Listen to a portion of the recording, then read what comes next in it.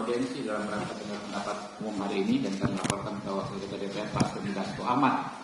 Prinsipnya kami, Komisi 3 DPR RI akan lebih aktif memberikan kesempatan kepada masyarakat untuk menyampaikan keluhan-keluhannya, aduan-aduannya terkait penegakan hukum. Mungkin ada sedikit. Oke. Silakan rekan-rekan mungkin 2 perwakilan Pak Ibrani sampaikan tingkat padat permasalahan yang akan diadukan. Terima kasih. Baik, Assalamualaikum warahmatullahi wabarakatuh. Selamat siang, salam keadilan buat kita semua. Pertama-tama saya ucapkan terima kasih atas kehadiran Allah Subhanahu wa taala di tengah kita semua. Terima kasih juga terhadap Bang Dasko dan Kanda Habibur Rahman yang telah memfasilitasi pertemuan pada pagi hari ini. Saya juga melihat wajah-wajah mantan senior kami yang ada di sini baik di kampus maupun selama kami berkiprah di bidang HAM. Izinkan kami pada hari ini membawa keluarga dari almarhum Afif Maulana sebagaimana yang sudah ramai diberitakan. Perkenalkan, saya Julius Ibrani dari PBHI. Saya bersama tim koalisi pendamping keluarga. Di sebelah kiri saya ada Indira dari LBH Padang, lalu ada Taufik Andri dari Kontras, ada Afif Maulana dari YLBHI, dan di sebelah kanan saya orang tua tercinta dari almarhum Afif Maulana. Sebagai pembuka, kami minta izin untuk menyampaikan beberapa persoalan teknis baik hasil investigasi dari tim advokasi di lapangan dan beberapa analisis kami yang sudah kami siapkan dalam bentuk PowerPoint agar bisa disaksikan secara bersama-sama bagi anggota Dewan pada hari ini. Juga yang terakhir, kami minta waktu agar orang tua dari Afif diperkenankan menyampaikan isi hatinya dan harapan kepada Bapak Dewan. Baik, terima kasih. Saya berikan kepada Indira untuk melanjutkan pada presentasinya.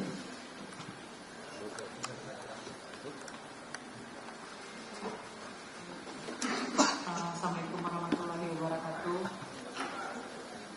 Selamat pagi pimpinan Komisi 3 Bapak Habibur Rahman dan Bapak Doni Dasko. Terima kasih untuk kami diberikan waktu bersama keluarga Afif datang ke sini untuk memberikan semacam keluh kesah kami, dan kami sangat berharap Komisi 3 membantu kami dalam permasalahan itu. Bapak Ibu, saya mengatakan bahwa 9 Juni lalu di hari malam minggu itu terjadi sebuah tragedi berdarah yang kami katakan sebagai tragedi Kuranji. Karena itu di Jalan Bypass Kuranji, wilayah Kuranji, bukan hanya satu orang korbannya, Afif Maulana yang berumur 13 tahun, tetapi ada 18 orang lainnya yang juga menjadi korban di peristiwa itu. Tragedi Kuranji itu terjadi sekitar pukul 3.30 dini hari, dimulai dari Simpang 4 Durian Tarung Ampang ke arah Polsek Kuranji. Dan setelah Polsek Kuranji baru ada Jembatan Kuranji, tempat terjadinya penyiksaan Afif Maulana, dan mayat Afif Maulana ditemukan pada 10.55 di bawah Jembatan Kuranji. Di mana tempat penyiksaan itu ada 3 hal yang kami sudah dapatkan dari hasil investigasi kami bersama dengan teman-teman. 1 di Jembatan Kuranji, 2 di Polsek Kuranji, dan 3 di Polda Sumbar. Akibatnya apa? Ada 1 anak bernama Afif Maulana ditemukan meninggal dunia, dan 18 orang, 11 anak dan 7 dewasa mendapatkan penyiksaan.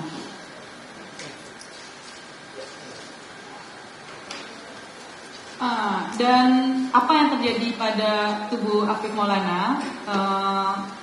Sebenarnya saya menyiapkan presentasi ini, tapi saya belum bisa mengirimkan. Saya ingin melihatkan gambar. Di tubuh Afif Maulana itu ditemukan bekas-bekas kekerasan, terutama di bagian kiri dan punggungnya.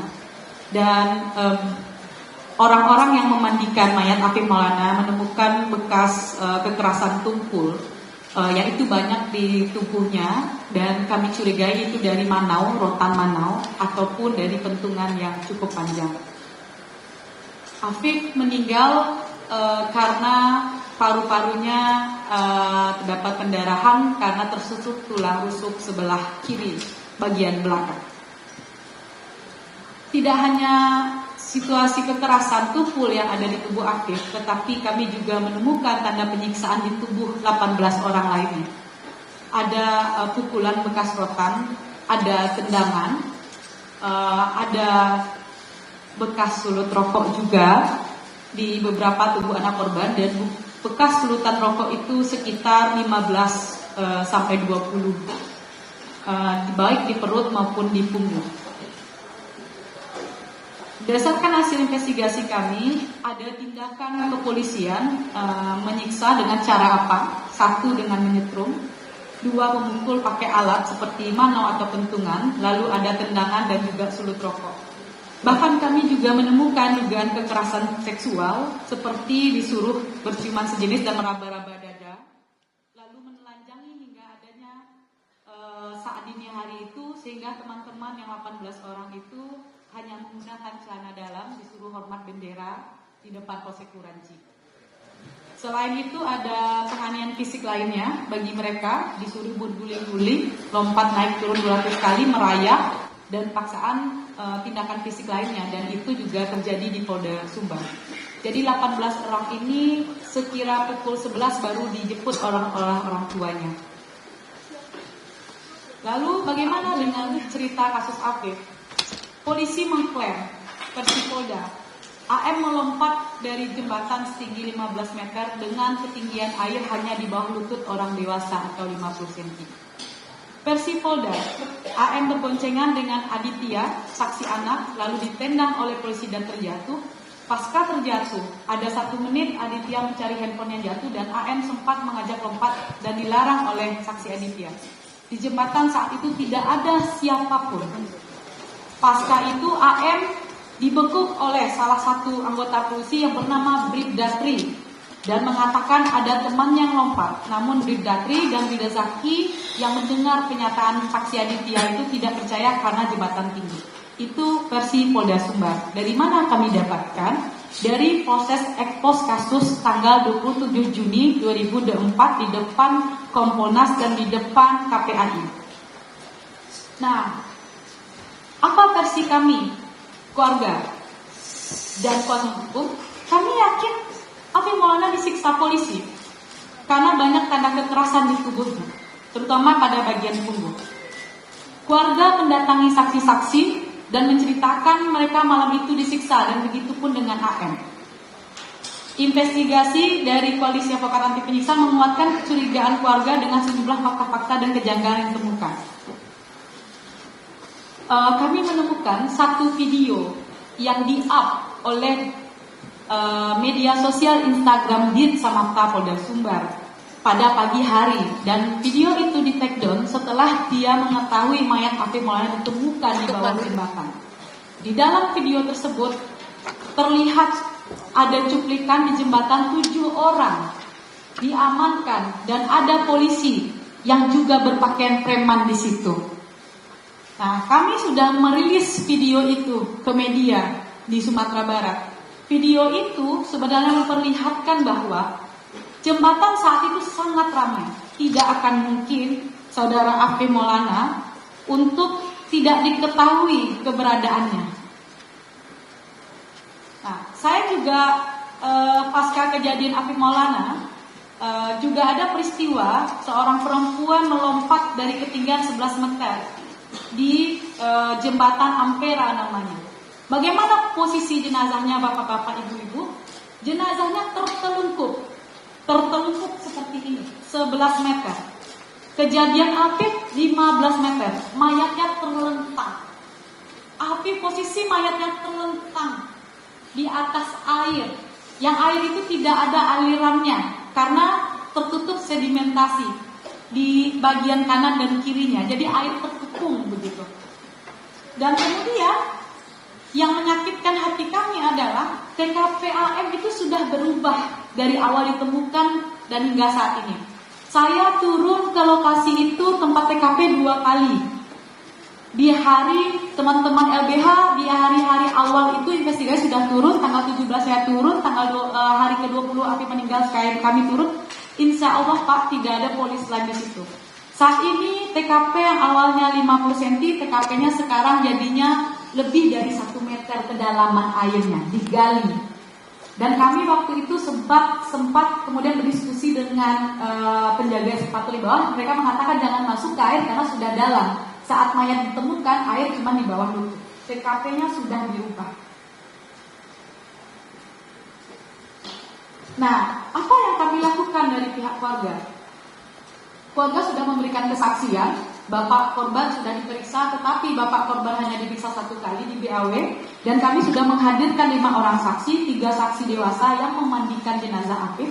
Mereka menceritakan di tubuh Afif itu ditemukan beberapa bentuk kekerasan tubuh, bekas manau ataupun bentungan, bekas 4-10 cm, banyak di tubuh kiri dan kanannya. Kami menghadirkan 3 saksi ini untuk mengatakan bahwa gak mungkin Afif sudah bertemu polisi karena di tubuhnya ditemukan luka yang sama dengan korban penyiksaan lainnya di saat malam itu. Ada 2 orang saksi anak yang kami hadirkan. Saksi W mengatakan di dalam keterangannya, dia melihat AM di Polsek Kuranji di belakang dia, dan kemudian dia mendengar AM minta ampun, dan kemudian ada pembicaraan, ada yang pingsan. Saksi MA, anak juga mengatakan dia dibawa oleh salah satu polisi yang dia kenal namanya A, membawa dia ke jembatan, dan dia melihat saksi anak Aditya dibekuk, mengarah ke arah dia, dan dia melihat motor Afif Maulana dan banyak motor polisi di situ, dan melihat ada Afif di situ berteriak minta ampun, dan dia bahkan bisa mengidentifikasi bajunya Afif, dan dia katakan ada 3 polisi yang mengerumuni Afif saat itu. Dan si A ini mengatakan ke anak-anak yang bertujuh, diam kamu, jangan lihat. Dan kemudian di situ juga ada salah satu polisi yang merekam kejadian itu. Jadi tidak akan mungkin di jembatan saat itu tidak ada orang, dan tidak ada yang kemudian mengetahui di mana Afif. Nah, perlu Bapak Ibu ketahui, dalam permasalahan ini polisi sangat defensif kepada kami dan keluarga. Pertama, 23 Juni, Kapolda Sumbar mengeluarkan statement tentang bahwa kasus Afif Maulana dianggap sebagai trial by the press. Ada upaya menjelekkan polisi sehingga akan memburu yang memviralkan kasus di media sosial. Siapa yang memviralkan kasus Bapak Ibu? Keluarga korban dan juga pendamping korban. Kedua, saat itu Polda juga sangat yakin tidak ada pelanggaran SOP apapun dalam tragedi Kuranji 9 Juni 2024. Sampai akhirnya saya sebagai kuasa hukum mendatangi Propam Polda Sumbar pada 26 Juni 2024 pukul 11 untuk melaporkan kasus penyiksaan 18 orang lainnya di situ dengan foto-foto yang kami temukan. Dan kemudian saat itu kepolisian mengatakan bahwa benar ada pelanggaran SOP, tetapi itu hanya di Polsek Kuranji, bahkan mengatakan penyiksaan yang terjadi pada tragedi Kuranji itu tidak separah yang diberitakan. Setrum, sulutan rokok, tendangan, pukulan manau, pukulan kentungan, kekerasan seksual itu tidak separah yang diberitakan. Itu pernyataan Polda Sumbar dan itu terekam di media. Dan kemudian 26 Juni 2024 pukul 6 sore, Kapolda berjanji kepada kami dan keluarga memberikan 2 hal kepada kami: salinan otopsi AM dan salinan CCTV di Polsek Kuranji. Saat itu Kapolda berjanji di depan masa aksi, banyak yang merekam di depan media, tetapi ternyata kami tidak diberikan sampai saat ini, dan bahkan kami menyurati Polda Sumbar untuk memberikan itu, dijawab bahwa masih proses penyidikan dan kami tidak bisa memberikannya karena dalam proses pengecualian. Nah, bahkan Bapak Ibu, Komnas HAM sendiri pun tidak diberikan salinan otopsi itu secara tertulis oleh Polda Sumbar. Nah, lalu apa yang terjadi lagi? Sejak 1 Juli Keluarga korban berupaya keras untuk mendorong adanya ekshumasi terhadap jenazah Afif. Kenapa kami harus mendorong ekshumasi? Karena memang tidak ada berita acara otopsi ketika ekspos kasus. Keterangan Ibu Rosmawati sebagai forensik mengatakan itu kepleset. Dan sampai saat ini permohonan kami tidak direspon, Pak. Kapolri bilang ekshumasi silahkan, Kapolda bilang silahkan, tapi surat persetujuannya nggak ada kami dapatkan saat ini. Sejak tanggal 27 kami datang tiap hari dan kami main kucing-kucingan dengan baik. Jadi ini utamanya adalah permintaan agar bisa dilakukan ekshumasi. Jadi yang lain-lain kita sudah dengar dari media. Jadi sejak kemarin kita komunikasi, saya sudah minta Kapolda untuk meminta Kapolres Kota Padang menerbitkan surat ekshumasi. Salinan surat sudah di WA saya, tapi saya pengen agar salinan surat itu diberikan langsung kepada teman-teman Komisi 3 dan keluarga kota. Nah, oleh karena itu saya minta waktu paling 2-3 menit. Tolong yang dari Polda Sumbar, Polres, semua yang kita panggil hadir di sini. Tolong sekretariat.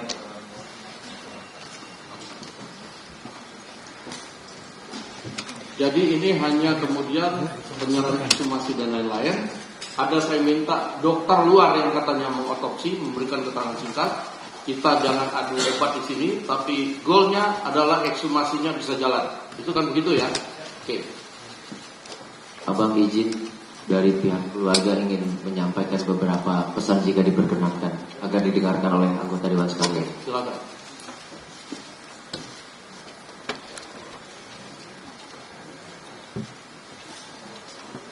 Assalamualaikum warahmatullahi wabarakatuh.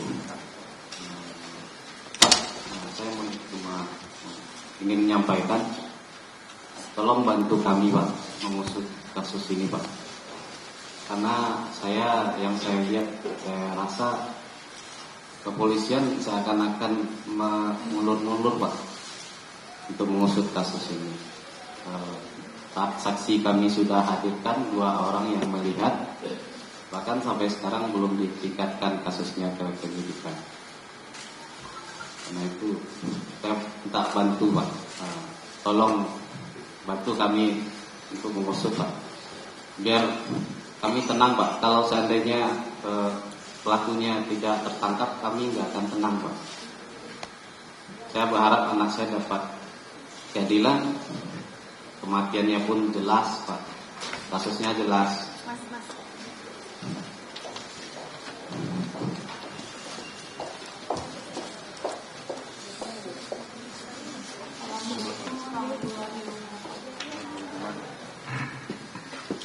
Saya Mama dari Afif Maulana. Saya mohon kepada Bapak Komisi 3 untuk mengusut kasus Afif Maulana seadil-adilnya. Saya tidak ikhlas dan tidak bisa menerima kalau pelaku agamanya ya Afif belum terungkap. Saya mohon Pak. Terima kasih. Baik, terima kasih. Mudah-mudahan teman-teman Komisi 3 sekalian, aspirasi dari orang tua korban sudah kita dengar bersama. Saya ucapkan selamat datang dari tim Polda Sumbar maupun dari Polres Kota Padang. Saya minta pimpinan rombongan untuk memperkenalkan diri. Waktu saya silakan.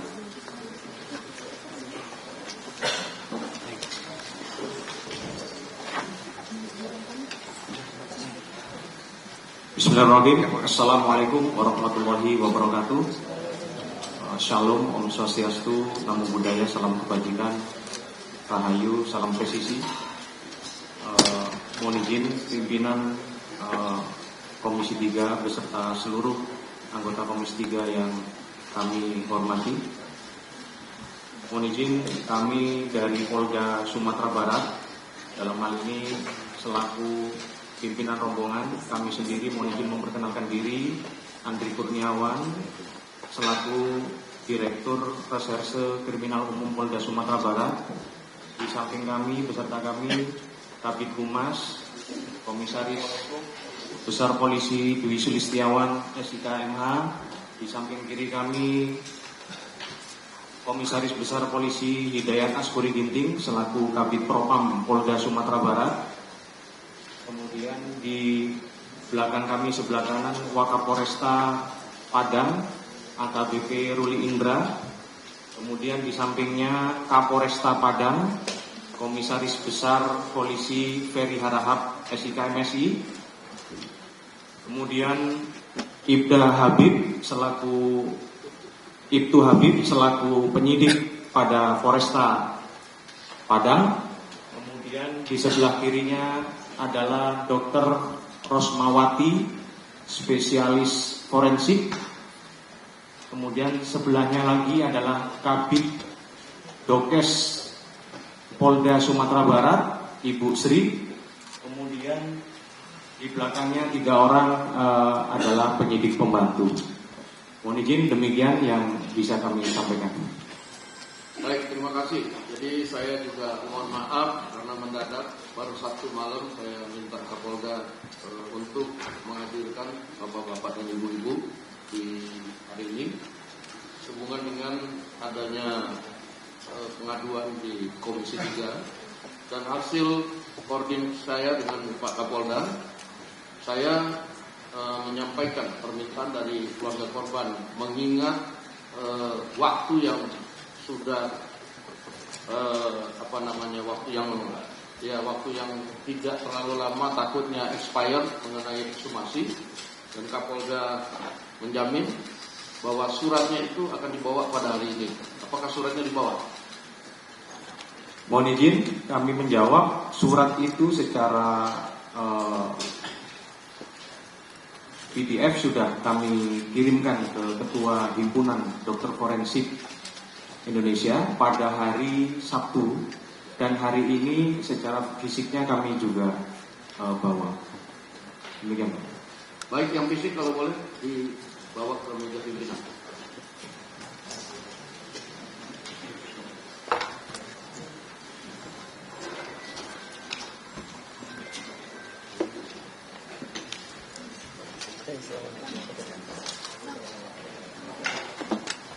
Pihak Fotopom ke depan untuk menyaksikan surat ini.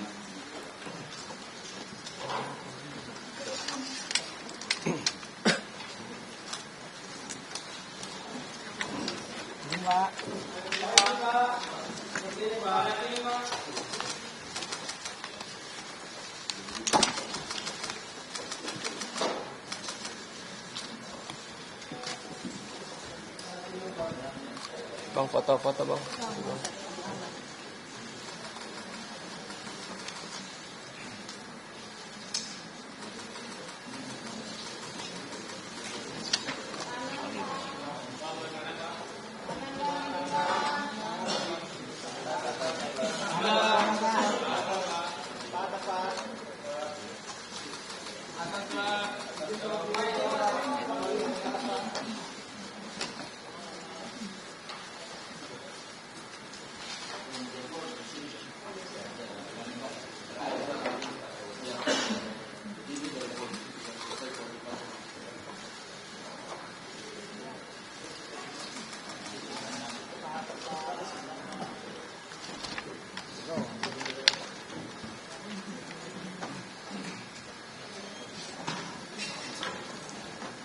Baik, jadi saya pikirkan masalah yang paling penting diadukan ini adalah masalah ekshumasi.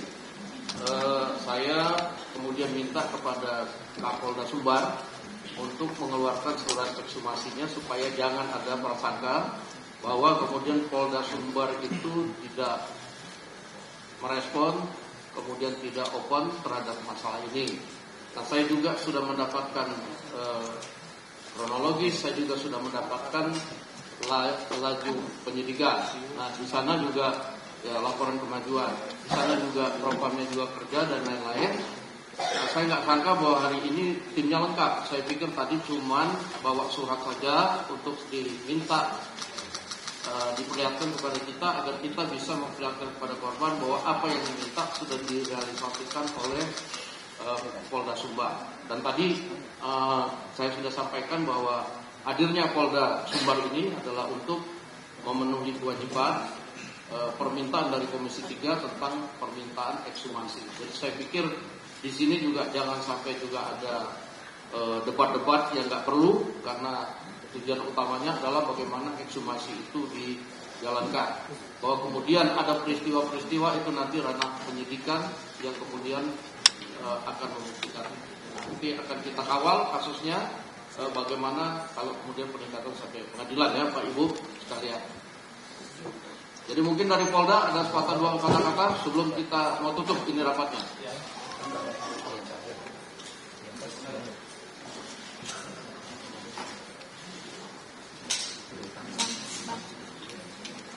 Mohon izin, Ketua yang terhormat, kami sedikit ingin menyampaikan bahwa terkait dengan penyelidikan peristiwa temu mayat jenazah atas nama Afif Maulana ini masih terus kami lakukan, dan kami telah juga membuka posko pengaduan baik di Polda, di Polresta maupun di Polsek sejak tanggal 5 Juli 2024. Namun hingga saat ini hampir 1 bulan untuk pelaporan dari masyarakat yang memberikan informasi setiap hari kami aneh ini masih nihil. Namun demikian tetap ini menjadi komitmen pimpinan kami di Polda Sumatera Barat akan menuntaskan secepat-cepatnya peristiwa ini. Dan apabila memang ada anggota yang terlibat, pimpinan pun berkomitmen akan menindak secara tegas apabila terbukti melakukan pelanggaran. Demikian yang bisa kami sampaikan. Terima kasih. Wassalamualaikum warahmatullahi wabarakatuh. Baik, terima kasih. Jadi memang DPR RI Komisi 3 dalam hal ini juga berkomitmen untuk mengawal kasus ini sampai dengan tuntas. Dan saya menghargai bahwa pihak Polda pada hari ini sudah menerbitkan permohonan untuk ekshumasi, dan kami minta juga ke depan untuk laju penyidikan diinfokan kepada kami. Saya minta juga Kabid Propam untuk proaktif dalam menangani masalah ini. Sekian, terima kasih. Teman-teman nanti mungkin setelah itu masih bisa mau diskusi juga nggak apa-apa. Tapi yang jelas kami nanti dalam rapat ini juga menyampaikan permintaan kepada Ketua Perhimpunan Dokter Forensik dan Medik Legal Indonesia (PDSMI) untuk melakukan ekshumasi secepatnya, ya, secepatnya terkait permohonan dari pihak keluarga korban. Mungkin itu. Terima kasih. Kita tutup. Wassalamualaikum warahmatullahi wabarakatuh.